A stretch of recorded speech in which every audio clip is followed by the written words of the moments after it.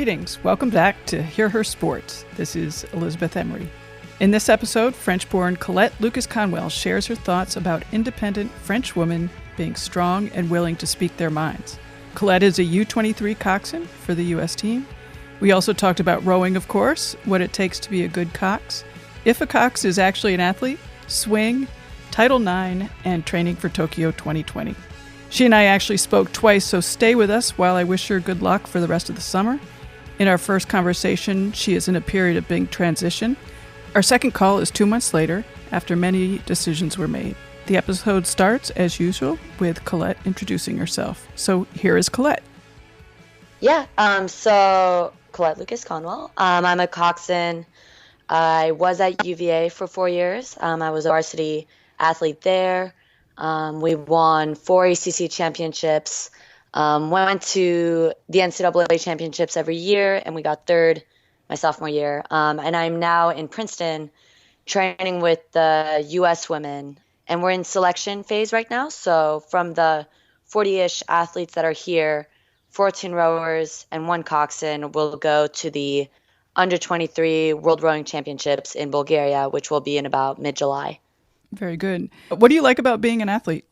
I love, especially with the sport of rowing, to be outside and with a team. That's the biggest thing for me. What's the thing that you struggle with most? I think as a coxswain, especially on the U.S. team, I struggle most with the commitment I have to make. It's not something that's typical to regular people to have to commit this much time and effort and just emotion to a sport. And just trying to be, it's a very tough thing that we're trying to do here, and just trying to stay positive through the entire process is probably one of the toughest things I have to do in the sport. And do you think that's in particular because you're a cox? Yeah, I think so, because especially over the summers and with the U.S. team, the way it's organized, we sit in the coaches' lounge a lot. So being a coxswain, we're not physically active all of the time. We're mostly, paying attention to what the rowers are doing, being kind of an assistant coach in a way. And it can be pretty tough being in that situation where you're being treated as an athlete, but you're not physically active all the time. And the coach expects you to also be on their side some of the time. And, for example, like I haven't been in a boat in almost 5 days. I've been in the coach's launch, and it's tough not being in the boat and doing what I love and being more of a observer than a participant. And that's just the reality of it at this level, because they spend so much time in smaller boats, the rowers do. So the coxswains just end up having to be an assistant coach like 80% of the time. Oh, I didn't know that. That's interesting. Do you like that part of it? Yeah, I do. It's not the same as on the collegiate level. On the collegiate level, the focus is rowing the big boats, the cox state. And so, we're practicing every day in that during the year. But over the summers, I think it's tougher for me especially. So, this is my 3rd summer doing this, and I feel like I should be used to it. But we talk with all the coxswains, and we're like, wow, we're going stir crazy. Like, we just want to be in the boat. We all relate in that aspect. Right.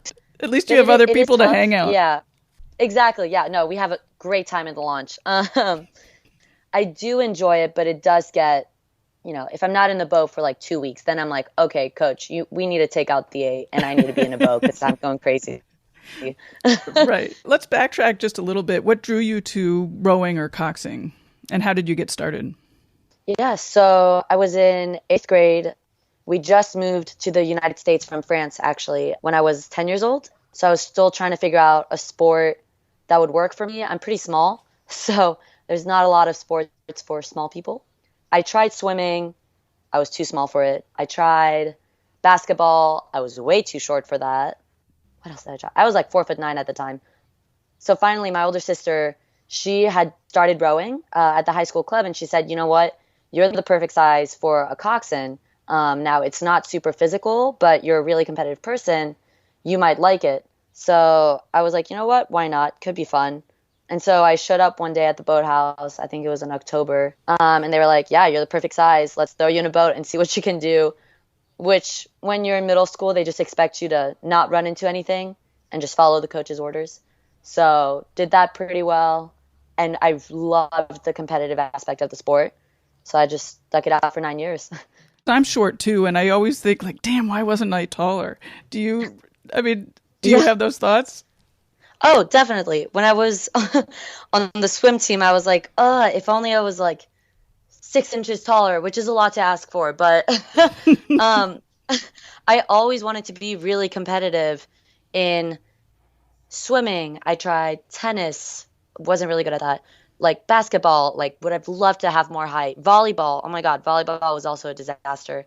Like I was just too short for all of these sports. So it was frustrating, but I was so competitive. I just really wanted to do well in something. And in rowing, I could, like, that's my favorite part of the sport is that everyone is so hardworking and has the same, we're all incredibly competitive. And it's so much fun to be out in boats and just going after it every day. And that's really what's kept me in this for so long. It's just, new challenges, being on a collegiate team and then the US team. It's just been really fun having these new things to learn. There's always more to learn about the sport. And just, yeah, it was perfect for me because I'm just the right height for it. Right, right. And so what are the qualities that are important for coxing, and why do you think that you're good at those? So I think for a coxswain, definitely leadership, because you're acting as like a voice or a megaphone for the coach in a way, and the rowers need to be able to respect you and understand what you're saying to them. So definitely leadership. You need to have really good verbal communication skills, because otherwise no one's, like, the biggest thing about us is that we're communicating to the crew constantly. It's feedback, it's directions, we're running the practice. I mean, there needs to be very clear communication. And then I'd say, I'm trying to think. And we also just need to be competitive. That's, you cannot be a complacent person in that seat. I mean, if you're right next to Australia and it is down to the wire and you're neck and neck, you need to be able to just get in the rowers' minds and be like, look, we need to do this, this, and this. And if we do that, we can get a gold medal and have that competitive aspect to you, to be able to just walk on all the other crews around you. I'd say those are probably the three biggest things: leadership, communication, and just competitive, like, gnarliness. And during the summer, are you working on any of those in particular? I mean, is there anything that you're focusing on for this summer? Yeah, I think so. So with my third time, I've gotten pretty good at a couple of those things. I think this summer it's more about tailoring it to the group that we have here. So we don't have a lot of returners from the past 2 summers. It's a lot of new girls, younger girls who are really talented, but they just don't have the same experience that I do. So it's kind of tailoring what I say and how I say it to what's going to be most effective for them is what I'm working on right now. Yeah, you've been doing it for a long time. My guess is that you've been coxing longer than most people have been involved with rowing. Is that true? Yeah, it's yeah, actually, funny enough, we did a exercise where we couldn't talk and we had to line up from least to most experience, and I think I was like second from the right, like right towards the end. Right. There was one rower who had the same amount of experience as me, and that's everybody else was to the left of us. That's cool. That's cool. Yeah. My guess is that most people are not familiar with coxing and, its role in the boat and why it's important. Could you talk a little bit about that? Yeah. So the coxswain is our number one job is the safety of the rowers and steering the boat. So there's a little tiller underneath the eight, and so we steer the boat. We have to keep it straight during a race and essentially adjust to each of the rowers' movements. So that's number one job. And then their safety, it's more of just, don't run into anything. You're kind of the driver or the jockey in the boat. And the rowers are facing backwards. They don't see where they're going. So we're the only one facing forward who can actually see what's going on. So just making sure, we're following the race patterns. We're staying out of the way of everybody else. That's the biggest thing for us.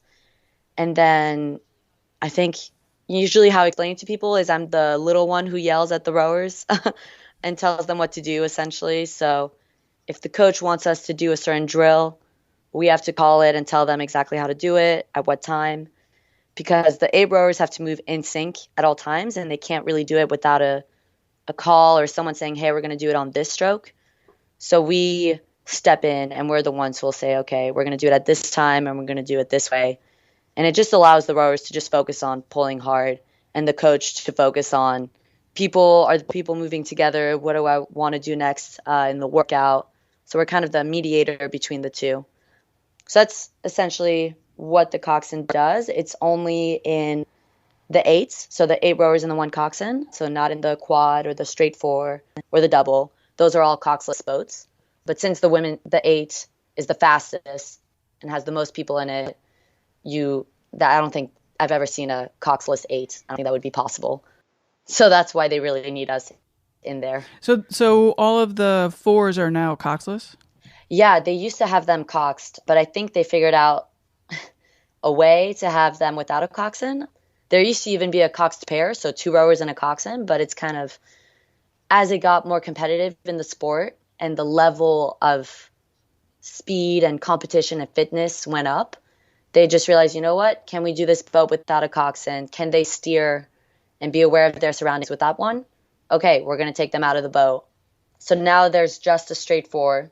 There's still a coxed 4 event for the NCAA championships and the IRA championships, which is the men's collegiate version, but not at the elite and international level. I think it's interesting in the 8, it's probably one of the few sports where the athlete, all they are is a motor, like they're not really thinking because they have you to do that.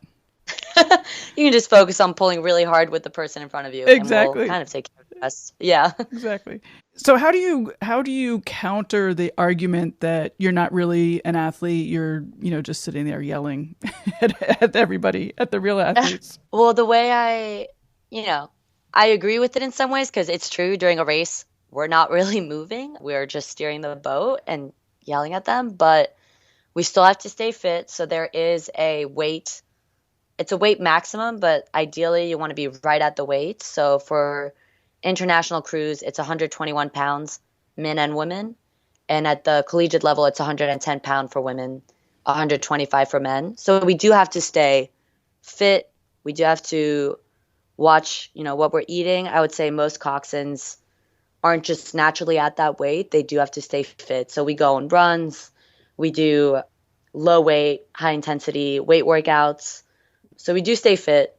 It's not at the level of the rowers, but there is still a physical aspect to it. And also to gain the respect of the rowers, you can't just be sitting eating potato chips while they're working out. Like, you need to be participating too. So I'd say 95% of the coxswains I know work out with the rowers on land when we're not in the boat.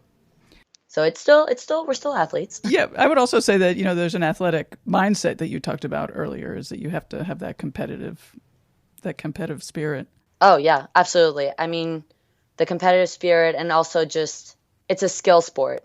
So the longer you're a coxswain, the more experience you'll get, the more you'll know. It's kind of like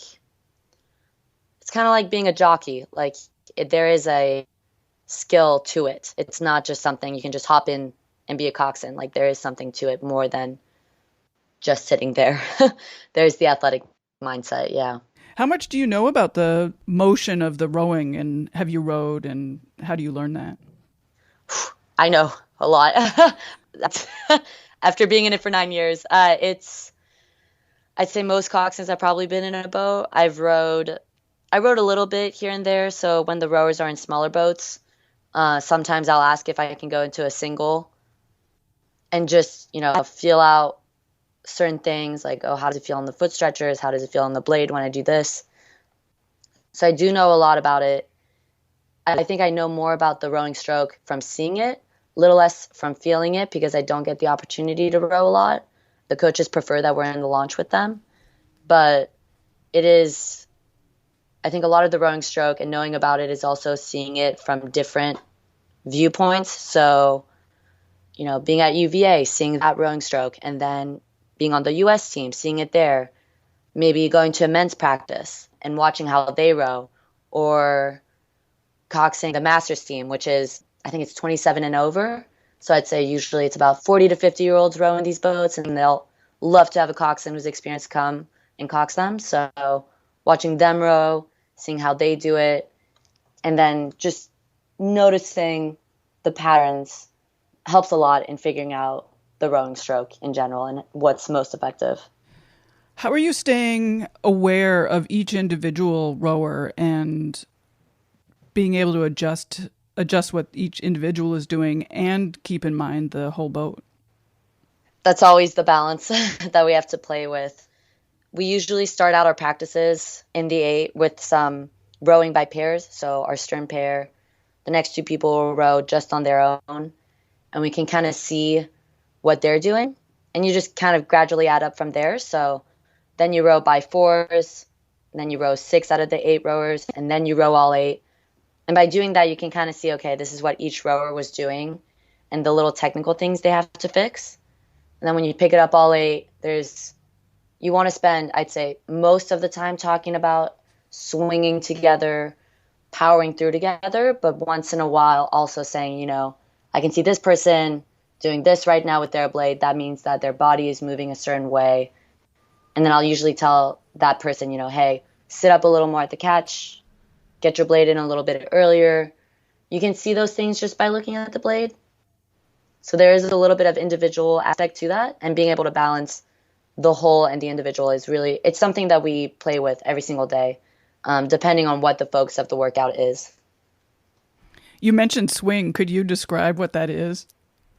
Yeah, so swing. It's a big word. I'd say the best example of swing is when you're in the middle of a race and, you're past the fast part, the start, which, you're taking as many strokes per minute as you can, and you've lengthened out a bit to something that's a little more sustainable. And swing is when all 8 bodies are really moving together, and it's the last part of the stroke when you're just finishing out the acceleration of the blade through the water. And if you've really got it down, you can really feel the boat underneath you moving, and it's just, it when you feel it and it's going really well and the boat is moving really fast. You can feel that swing, and all the rowers will usually be like, yeah, this is it. And that's usually when you're moving on all the other crews, so it's a good point in the race. But the swing is what you're really trying to attain for the whole race. For as long as you can, you want to keep that synchronization and that swing and just really powerful send of the boat down the course. Do you know how to achieve that? I mean, do you have special methods to achieve that? For you personally, I mean. For me personally, there's a couple drills that we do that'll focus on that, but it really comes down to just the 8 rowers rowing the exact same way, I think. They really have to understand, okay, how does the person in front of me move and how do I move? It's kind of an awareness of oneself and of the people around you.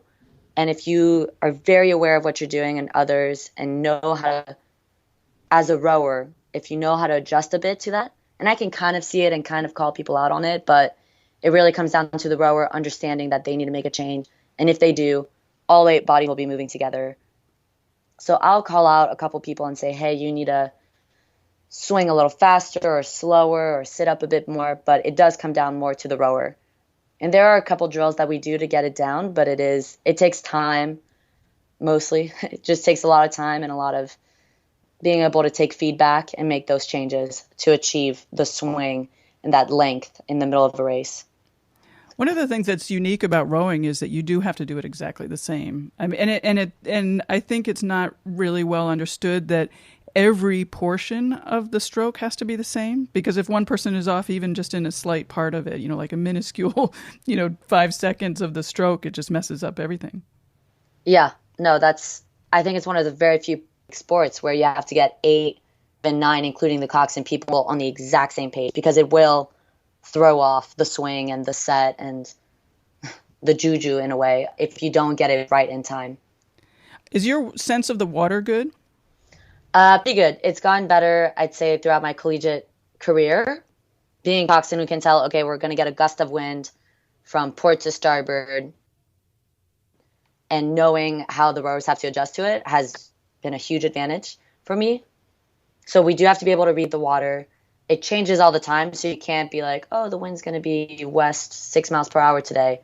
You have to be able to see the water, see how it's affecting it, and call it for the rowers if you want to make it most effective for them. I want to get a little bit back to tactics. And you mentioned being in the launch during this camp quite a bit. Are you part of creating tactics, or does the coach tell you, what the tactics should be for a race, and then you just execute?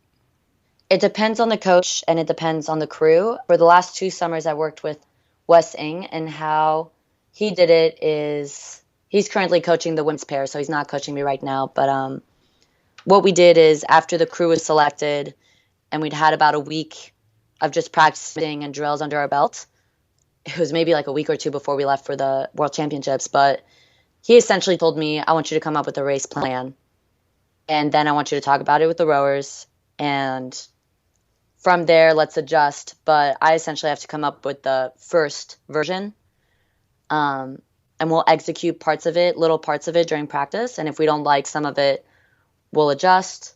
If the coach says, you know what, I think we can move that 50 meters more, then we'll do it then. So it's a bit more coach Coxswain related, and then the rowers add their input.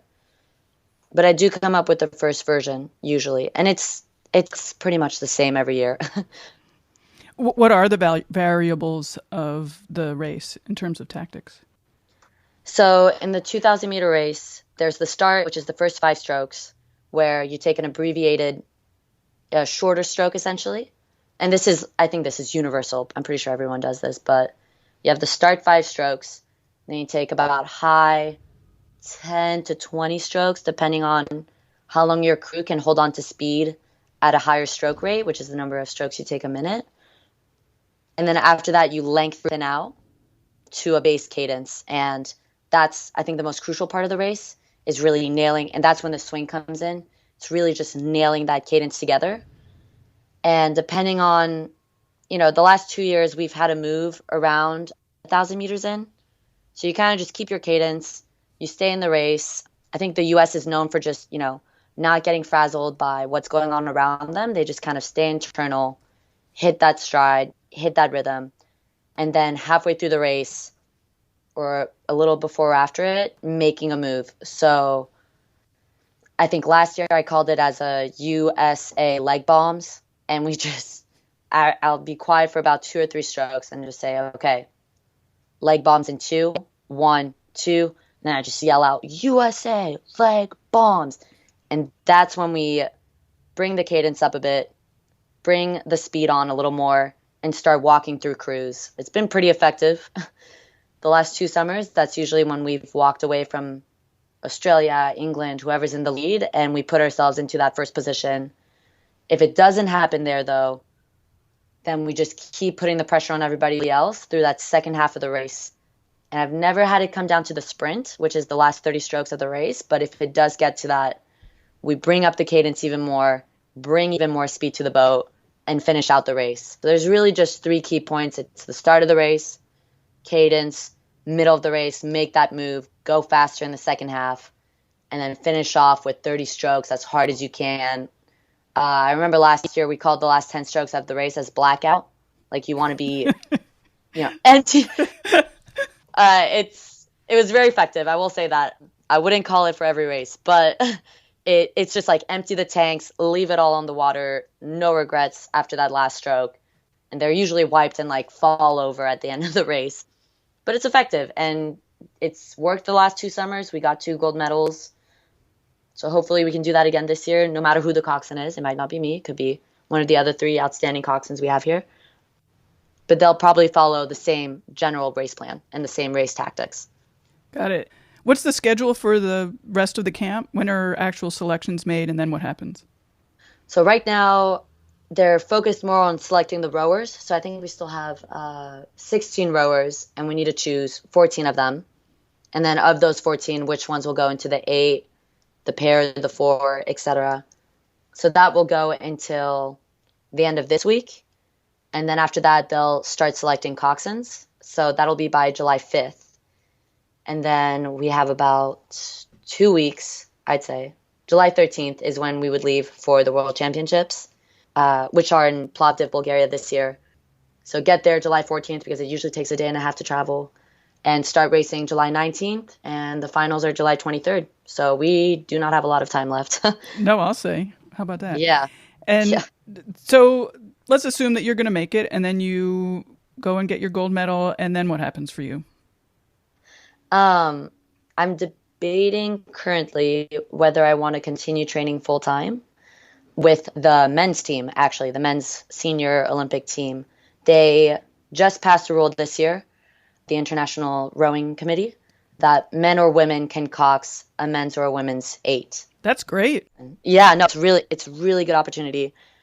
So I kind of have to choose if that's the lifestyle I want to have for the next 3 years leading up to 2020. Right. But that's, yeah, I'm struggling with that decision a bit because I also have a job that is starting in September in New York as a research analyst. So, I could stay here, train full time, or I could start life as a, career woman up in the city. And one's paid and the other one, I will be in debt for another 3 years. Right. So there's a lot of factors to consider. Right. Yeah. Yeah, that's always a hard question, particularly for these sports that aren't making any money. No, yeah. Well, and it's also the way the donors put it is they say, this is a once in a lifetime opportunity. You have the rest of your life to start a career. If I were to go to 2020, I would finish that out at the age of 25. I could still work. I could still have a life outside of rowing, but it's committing to the training center it's a full-time, if not more, job. Everything is put to the side. Family, friends, you can't really you could maybe have a part-time job during that time, but it's very tough. Rowing would have to come first. And I just have to be honest with myself and figure out if that's something I really want to do for the next 3 years. I think it is, but I do have to see how this summer pans out and then go from there. Do you like training and competing? I do. I love it. I've been doing it for such a long time, though, that I don't know. I'm starting to feel a bit burnt out, but maybe it's just because I haven't been challenged as much lately. I've been in women's rowing for my entire career, so maybe being on a men's team would be that next step I'm looking for. But I think I am feeling a little bit burnt out. So it's kind of like, okay, do I want to end my coxing career now, or do I feel like I've got something more to give to the sport? And can I take another step and try and make the 2020 Olympics? And that's just something I have to figure out while I'm here. Right, right. Well, very interesting. So you're of an age, you're the daughter of sort of a pre-Title IX baby. Yeah. Were your parents really aware of Title IX? Was that part of your growing up and your sport life as a kid? Yes. Well, it's funny. So my mom played field hockey at the University of Wisconsin, which was not, they had to pay their own dues. They were traveling on these pretty bad buses, staying in churches at night for competitions, anywhere for free. So that was kind of her experience. And she always was telling me when I was growing up, sports are really important. I really encourage you to do them. And you've got an opportunity that I didn't have when I was playing sports. Why did she think that sports were so important? Like, what was it about her experience, particularly since it was as limited as it was, that she found it important? That's a really good question. I think, I would have to ask her this question, but for her, I think it gave her a lot of confidence and a lot of, she's a really smart woman. She went to business school, did all these amazing things, and was a very independent person. And my mom just really believes that, with 4 daughters, she really wanted us to not be someone who has to rely on someone else for a living. She said, I want you to be competitive. I want you to be independent. And I think sports can teach you those lessons the best out of anything. So I grew up in France for 10 years where sports aren't as big, but women are definitely more independent there. And then coming here and having that almost flipped a bit where sports are way more important, but I feel like women aren't as independent as they are in France. It's been an interesting thing to see culturally. Tell me more about that, the independent women in France. That's fascinating. Well, so I was only there until I was 10 years old, so I've only got limited experience. But I think every time I go back, it always is so interesting to me that I think women speak up a lot more. So even just sitting down for dinner with other members, it almost seems to me as if women in France are just not afraid to speak about what's on their mind. Maybe it's something about the culture or, the way the society is structured, but they just aren't afraid to say whatever's on their mind. If they want to try something, their husbands are like, yeah, go for it. Like, do whatever you need to. And maybe that's just the women that have been around in my life when I was in France. But, they were always very highly educated, always had really interesting thoughts. I would say dominated the conversation at the table most of the time. And here, I wouldn't say it's totally the opposite, but I don't see women speaking up as much, or I see men dominating a lot of social situations more so than in France, where I'd say it's more 50-50 and equal.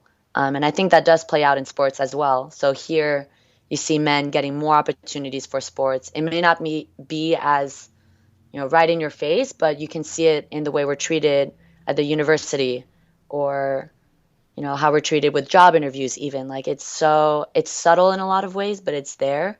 Versus in France, there's a lot more equality in the way women and men are treated. It's still not completely equal, obviously, but it's a lot more so than in the US. I spent a year abroad in college in Italy, and I always was struck by, it was supposed to be a really sexist country, and I was always really struck about how forceful and strong the women felt. But I never related it to what you're saying, which probably was it, is they were just more comfortable or more willing to speak out. And I really like how you talk about that. Yeah, no, I think that's definitely something that's in a lot of European countries. They're just not afraid they're really strong and just really independent women. And I love that. And I see it more in the women in sports in the US, but maybe not in the general female population in the US. Right. Are you expecting that what you've learned in sports to translate to your executive job in New York if you decide to go that way, or when you decide to go that way?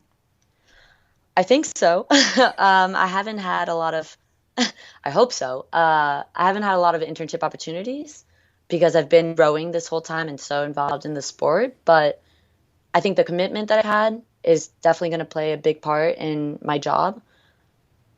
And just being really, like, when I'm in rowing, I'm 100% focused on what's going on and, getting the job done and all that. And I think that would play out in a career, showing up to work, totally focused on what you're doing, not letting anything else distract me. And just that, it's commitment, and it's also just, I don't know, just focus and drive and competitiveness would definitely play out in a career. And I hope it would play out well.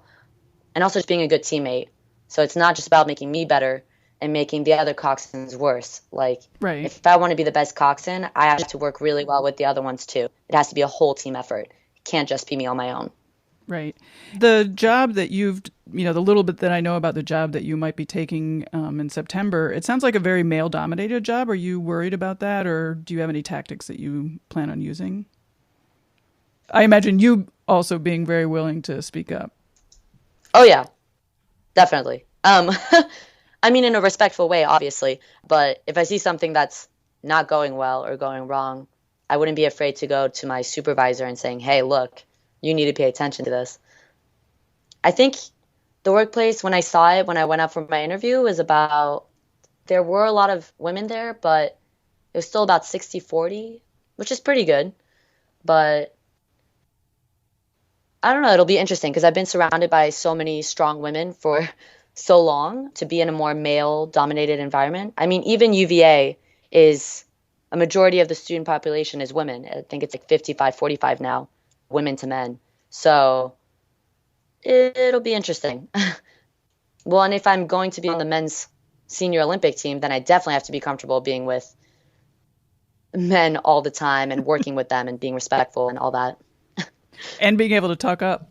Yeah, exactly. Yeah, with the men's team, that'll be, they'll have to look to me like I'll be their leader in a way. So right. that would be an interesting challenge. It would be kind of cool. Yeah. So what are your really long-term big dreams? I mean, big dream would be to win a gold medal at the Olympics. That's always been the dream and the goal. And I don't think I fully understood until now what that means in terms of commitment, but it is still the biggest dream. And I think also to be the first woman to cox a men's eight at the Olympics would be a huge, that'd be a huge achievement and a big goal of mine for sure. It'd be amazing. Yeah, that would just be amazing. That's one goal and long-term thing. And I think more generally is just to spread awareness of rowing to other women. It's a growing sport and there's more high school girls joining it every year, but I think I really want to see even more girls join sports and be more independent and be self-confident, because I think sports just have such a positive impact on girls. And so maybe this is something I do in my career or on my own time later on, but getting girls more involved in sports is like a long-term dream of mine. It would be awesome to see like a 50-50 equal Title IX representation in intercollegiate sports and at the Olympic level too. It'd be really cool to be a part of that change. Yeah, and I'd also like to see more, young girls get involved in sports and really stay connected with sports through that difficult time where they tend to drop out. Yeah, no, I agree 100%. I mean, I was lucky enough to have 3 sisters who were all, they helped me get through that time, through middle school and high school, and had a really, independent, strong mom to help me get through sports. But I was lucky in that aspect. Not every girl is, some of them are only brought up by one parent and just never get to see, aren't pushed by their parents to go out and try sports. And it's kind of sad because it's so impactful in someone's life to be in a sport, no matter the sport. Yeah.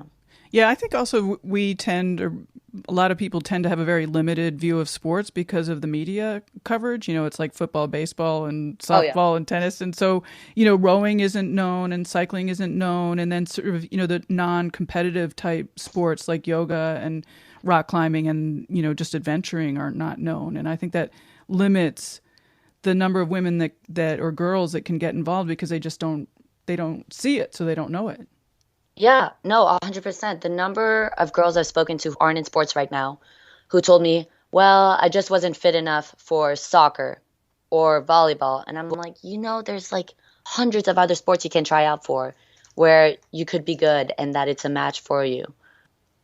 Yeah, it's really sad. There's only a couple sports that they know of. And I'm like, there's so many other things you can be doing. It doesn't have to be super competitive 12-year-old girl soccer. Like, there's other things too. Right. Well, thank you very much. I really appreciate you taking time away from camp and talking to me and being so intelligent and well-spoken. Thank you. Well, it was a pleasure talking with you. And good luck this summer. Oh, thank you. Well, as you heard, Colette had a lot of decisions to make as we left her. And because so much was up in the air 2 months ago when I spoke with her, I decided to follow up. She was generous enough to talk again just this week via Skype. Certainly my biggest question was what decision she had made about her future. If you remember, she was, quote, struggling with the choice between a job in New York City as a research analyst and staying full-time in the sport as a cox for the men's Olympic team. Hi, Elizabeth. Can you hear me? I can. How are you? I'm great. How are you doing? I'm good. Well, it's been 2 months, I realized, since we last talked, and I was wondering what was happening and where you are now. Yeah, absolutely. So it's funny because things didn't go exactly according to what I had planned when we spoke last, which they never do. But it actually ended up opening a lot of doors for me.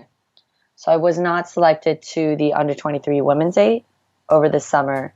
I think the way the coach explained it to me was that the girls from that crew needed something a little bit different. So they ended up going with another coxswain, which it happens. I wasn't too worried about that. And what that ended up doing is it allowed me to practice with the senior men's national team. Right there? I took like a couple days off. I think this was around July 4th weekend. So I took that time, and then the coach said, whenever you're ready, we'd love to have you and to come practice with us. So that next week, I was able to start practicing with them. And I ended up being there for about 7 weeks. 7 weeks. Yeah, 7 weeks I spent with them. Just kind of, I didn't have any expectations because they were doing selection for their world championships. But I wasn't expecting to make the men's eight. I was like, this is my first time. The other two men's coxswains who were there, Lou Lombardi and Julian Vinonsky, who ended up making the men's eight, have been here longer and they're older. So I just kind of was there to learn and see what it would be like to be on a men's team. And I really enjoyed it. It was a lot of fun. The guys who were there were awesome and made the transition to a men's team very easy for me. And so I was there for 7 weeks, and then I spoke with the coach who said, we're not going to select you for the men's eight this summer, but that doesn't mean anything about your chances for later on for 2020. And so what he ended up doing is extending an invitation for me to come train with them for the Olympics. And he did understand that I have a job in New York this year and an apartment and all that. He said, take your time, take a couple years if you need to. Like, I know you've got your lease in New York, but as soon as you're ready, we'd love to have you come out and train for the Olympic boat. He said he wants 2 coxswains there, and he wants me to be one of them to try out for the boat. Wow, that's great. Yeah, so it was really cool. So I didn't end up, one door closes, another one opens. Right. So, yeah, so this actually ended up being a really cool opportunity to be the first woman to even train full-time with the men's team. So that was a really cool experience, and I really enjoyed getting to know the guys. The last time we spoke, you seemed sort of hesitant about what was going on with your prospects on the women's team, and I was just wondering how hard it was to not make the team for you. And it sounds like you bounced right back, but I'm wondering if there was a period after finding out that you didn't make the team that was really hard. Yeah, I think there was a little bit of that day was a bit weird for me because before I'd even thought about practicing with the men's team, not making the women's team not only meant, I wouldn't be practicing anymore that summer, but it meant I was kind of done with my collegiate career.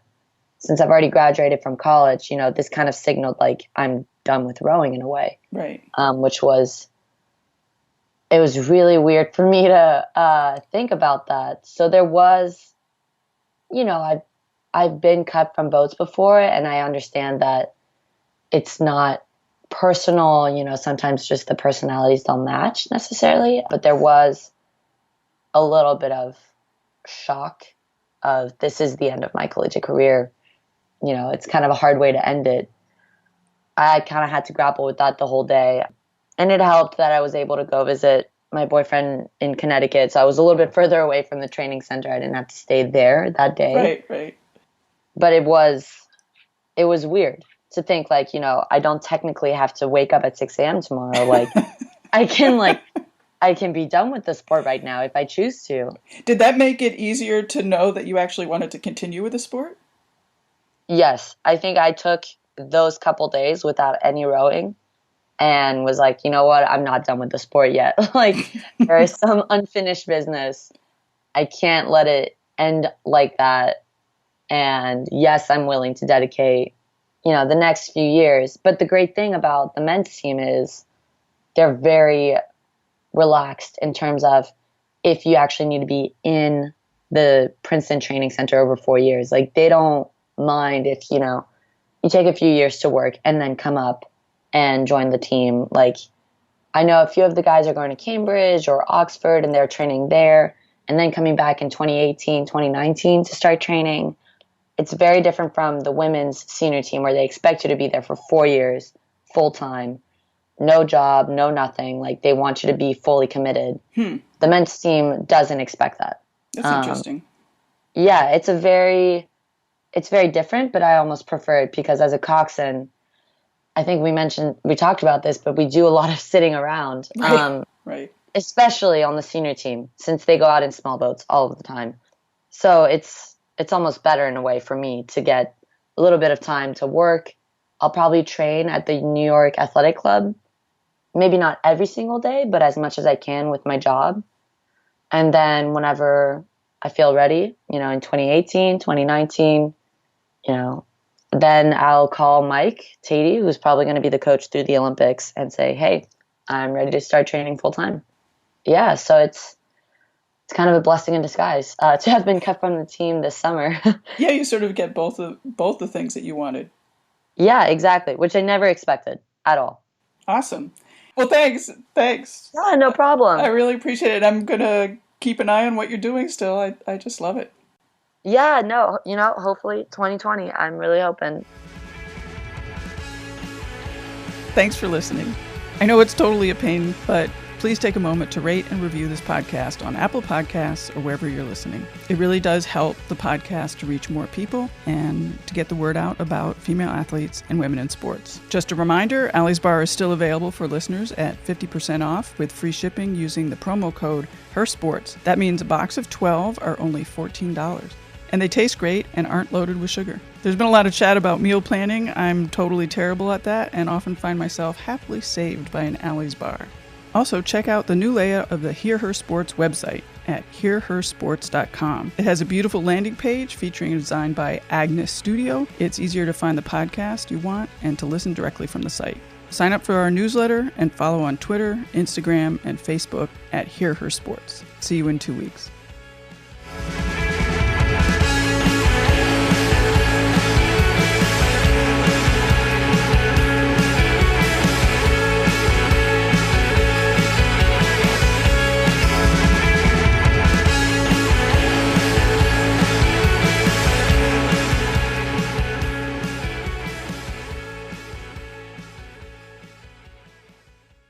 Have you ever wanted to know how to win a Formula One Grand Prix? I mean, really know. Know about the driver tactics from the cockpit, the strategy calls from the pit wall, and even the mind games in the paddock. There's a lot more that goes into winning a Grand Prix than just 90 minutes of racing. So every week on the F1 Strategy Report, we're taking a deep dive into the decisions that shape every result. Hey there, my name is Michael Laminato, and every week I'm joined by an expert guest from the paddock to talk through the big calls that won the race and the missteps that resulted in bitter defeat. Before every race, we'll look back at the previous year's result and consult the current form guide, and we'll be in your feed after every Grand Prix dissecting the outcome and what it means for the championship. So for your regular hit of Formula One analysis, subscribe to the F1 Strategy Report wherever you get your favourite podcasts. The Strategy Report is a Beer Mogul podcast on the Evergreen Podcasts network.